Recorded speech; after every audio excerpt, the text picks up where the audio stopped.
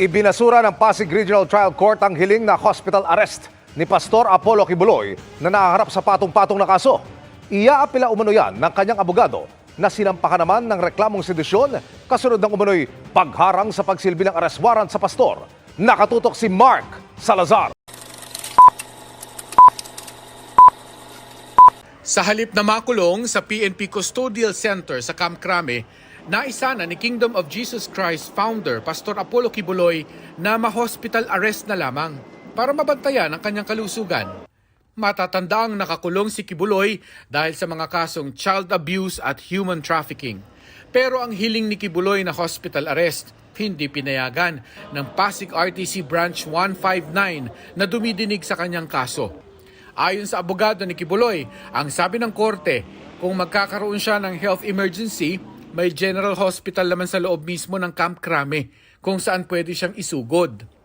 Iaapila raw ng abogado ni Kibuloy ang desisyon. Kung denied lang yung Veterans Memorial at saka yung Davao, hindi naman kami nag-ask ng Davao Hospital. Yung sa amin, Veterans Memorial Hospital or if allowed, Medical City because that has been his hospital for quite a time already. So we will try to file an MR and prove to the court, of course, we will try, no, that this is the recommendation of his doctors. Tumanggi si Attorney Israelito Torion na idetalye kung may karamdaman ba ang kanyang kliyente. Pero nauna nang sinabi ng PNP na maayos ang kalusugan ng KOJC leader. Base sa daily assessment na isinasagawa ng mga doktor ng PNP General Hospital. Sa pre-trial hearing kanina sa Pasig Court, tinalakay din ang request sa korte ni Senator Risa Ontiveros na padaluhin si Kibuloy sa Senate investigation.